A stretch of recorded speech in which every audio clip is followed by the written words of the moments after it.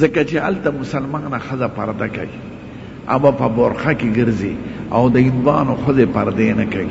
نو موږ خلکو ته وایو چې موږ مسلمانان یو او د لاهور نه چې دا مردارې راشي هغوی وایي دا مسلمانان دي. دا سرونه چې څرګند خېټې څرګند دی او مټې څرګند دی دا خو مردارې دي. نو پام کوئ که کور کې لور خور لستوڼې دغه که نو چې څنګه هغه مجرمي تاسو به مجرمان یې او عذابونه به در باندې راځي. دا چې څه مصیبت دی په موږ دا زموږ د اعمالو نتیجه ده. هر څوک چې څه وایي امریکې ته کنځل کوي او برطانیې ته کنځل کوي خو ټیک ته هغه مردار دی خو ولې پته عذاب الهي دی. تا خپله لار پرېښوده د هغه مردارو په لار پسې روان یې نو خدای به در باندې عذاب راولي.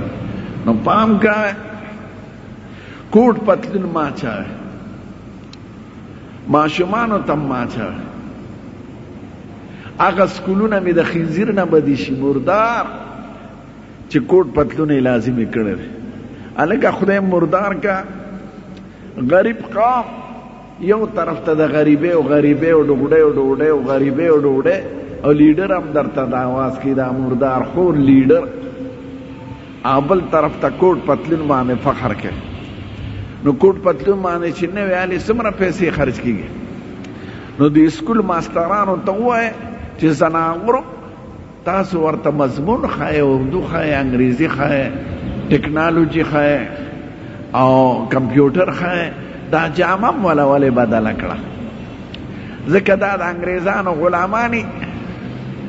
نو چې ماشوم ته دغه جامې واغوندې نو هغه ذهن کې دا راځي چې زما د عزت جامه دا ده او زما مستقبل په دې جامه کې دی او زما مشران هغه دي چې دا جامې اغوندي د بیزوګانو.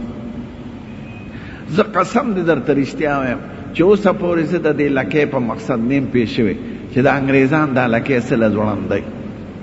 ما ته چې کوم معلومه ده نو دا هغوی د صلیب یادګار کوي ځکه عیسی علیه السلام داسې سلی شوی لرګي پورې تړلی نو لاندې تننه او داسې لاسونه یې ته تړلي نو دا کالرې چې جوړی دا هغه دوه طرفی او دا لکۍ چې ځوړند دی دی هغه درېیم طرف دی کراس تکاون شکل.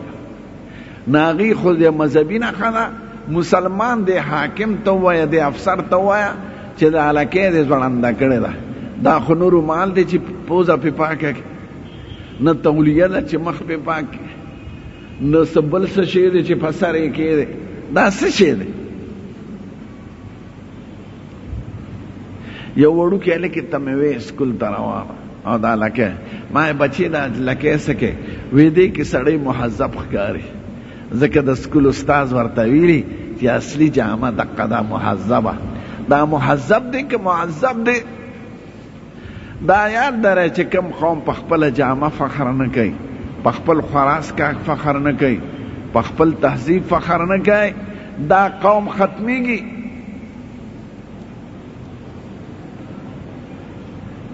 یو صحابي حضرت